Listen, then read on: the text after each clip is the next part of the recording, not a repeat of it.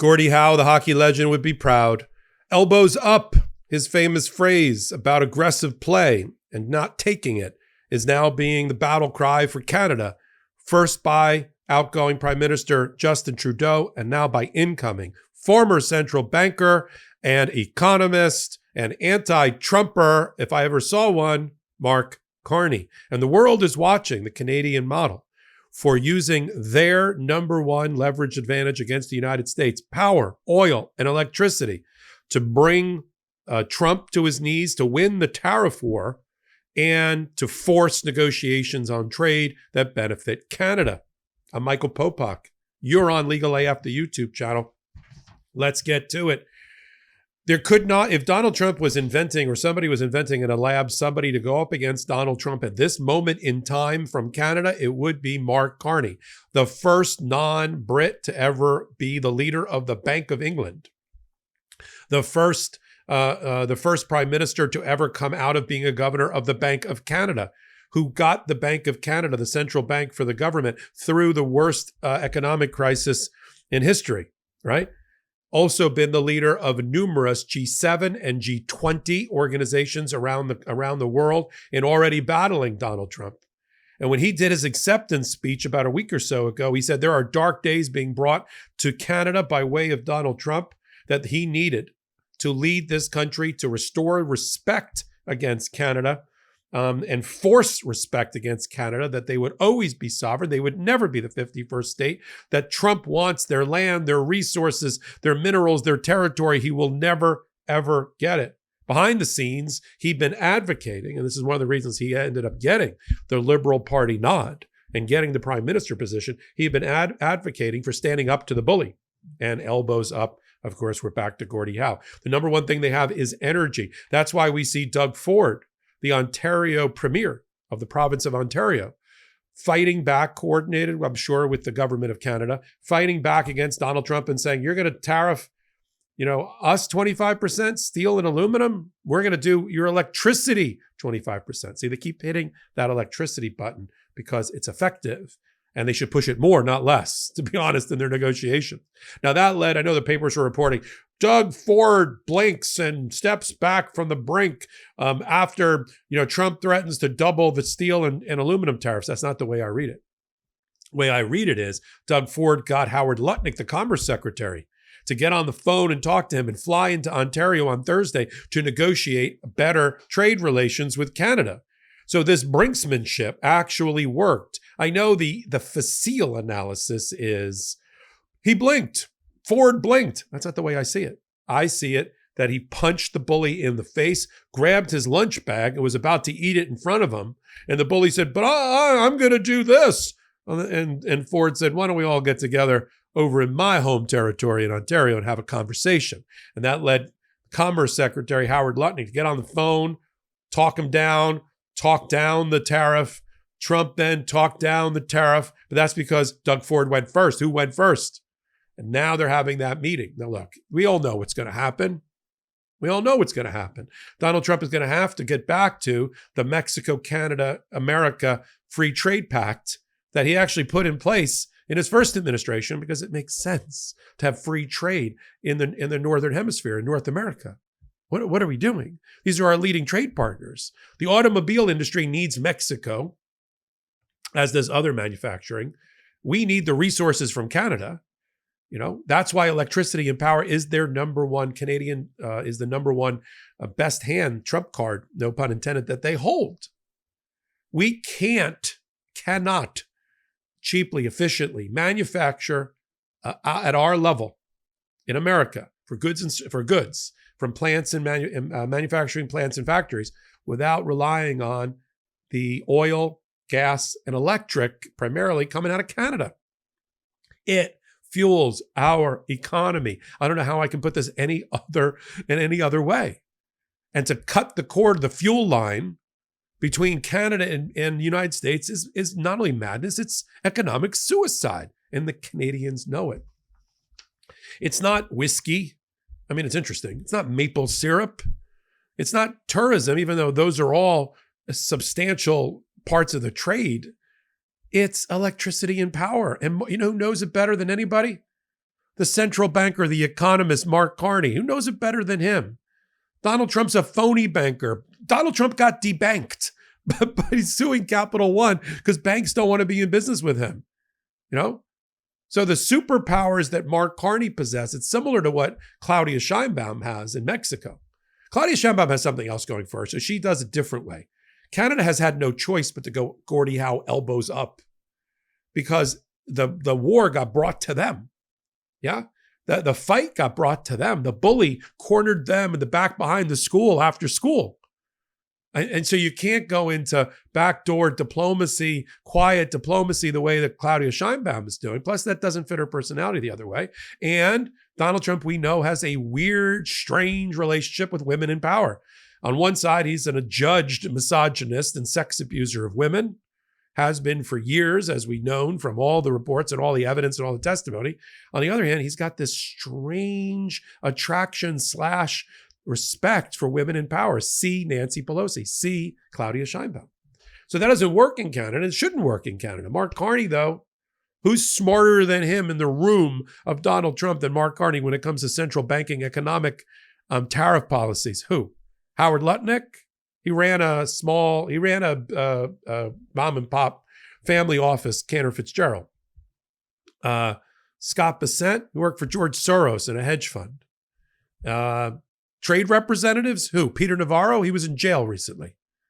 So Donald Trump himself ran a small, middling, family-owned, family office real estate licensing firm primarily, living off his celebrity from Celebrity Apprentice and then the presidency.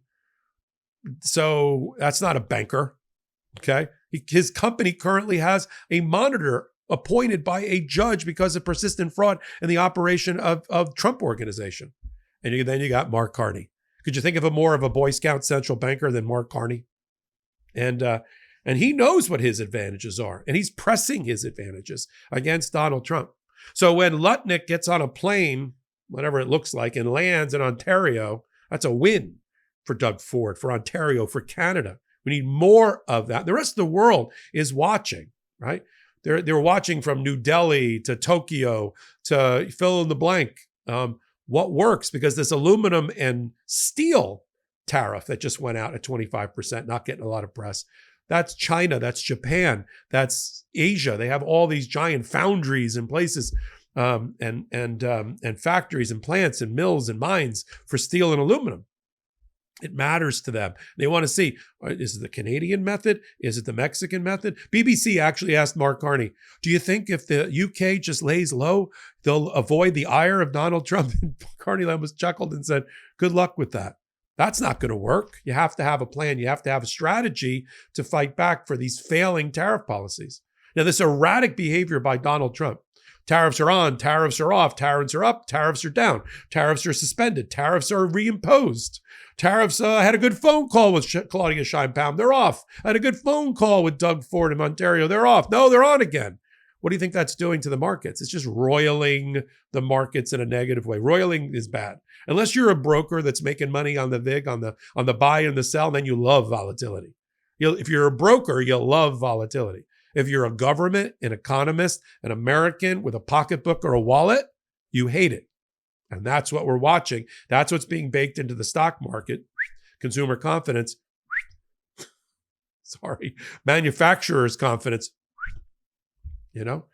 If you're listening to the audio, I'm doing a hand signal along with the whistling.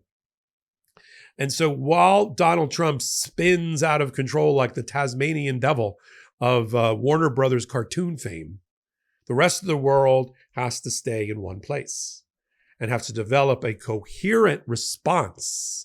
We talk about it on Global AF, a new show that I do with Anthony Davis. It's up right now on the Midas Touch Network on their YouTube. Look under live. You'll see last night's Global AF. It is important because we are in a flat, connected, hot world, to paraphrase Tom Friedman.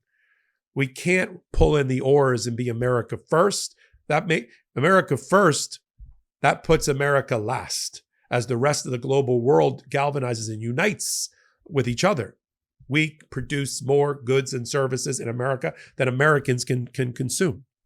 We need open markets more than any other country. A lot of countries barely can produce a GDP, a gross domestic product, that supports their own people. They have to import a lot of things. We don't have that problem.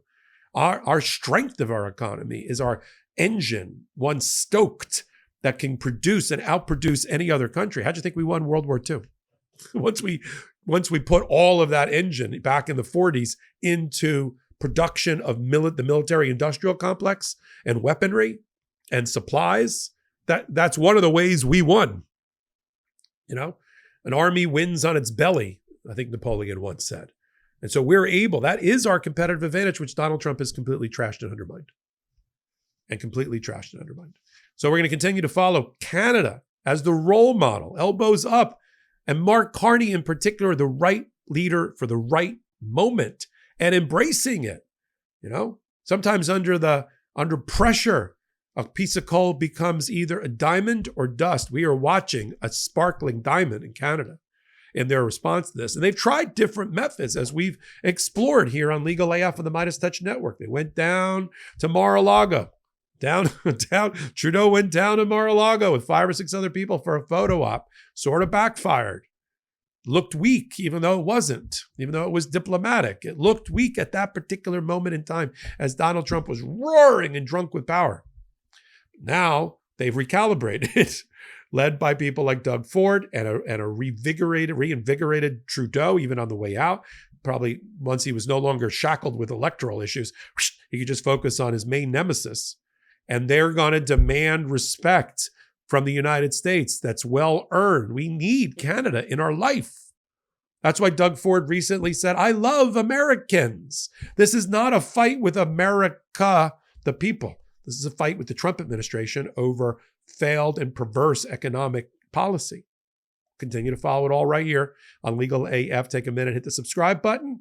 Continue to follow everything we do about every hour right here on Legal AF with the Midas Touch Network. We have great, amazing contributors. Check out Court Accountability Actions playlist. Lisa Graves, Alex Aronson, Mike Sachs, and their guests. It's like, and friends. It's amazing. Dina Dahl and I do regular work. Dina Dahl, unprecedented, with me every week about the United States Supreme Court. Shan Wu, every night we get a great video out of Shan Wu with Shan Wu. And then others, of course, me doing a lot of the work as well. So until my next hot take, I'm Michael Popok reporting. I'm Michael Popok, and I got some big news for our audience. Most of you know me as the co-founder of Midas Touch's Legal AF and the Legal AF YouTube channel, or as a 35-year national trial lawyer. Now, building on what we started together on Legal AF, I've launched a new law firm, the Popok Firm, dedicated to obtaining justice through compassionate and zealous legal representation. At the Popok Firm, we are focused on obtaining justice for those who have been injured or damaged by a life-altering event by securing the highest dollar recoveries. I've been tirelessly fighting for justice for the last 35 years, so my own law firm organically building on my Legal AF work just feels right. And I've handpicked a team of top-tier trial fighters and settlement experts throughout all 50 states known as big auto injury attorneys who have the know-how to beat heartless insurance companies, corporations, government entities, and their attorneys. Big Auto's attorneys working with my firm are rock stars in their respective states and collectively responsible for billions of dollars in recoveries. So if you or a loved one have been on the wrong side of a catastrophic auto, motor vehicle, rideshare, or truck accident, suffered a personal injury, or been the victim of medical malpractice, employment harassment or discrimination, or suffered a violation of your civil and constitutional rights, then contact the Popok Firm today at 1-877-POPOK-AF or by visiting my website at www.thepopokfirm.com and fill out a free case evaluation form. And if we determine that you have a case and you sign with us, we don't get paid unless you do. The Popok Firm, fighting for your justice every step of the way.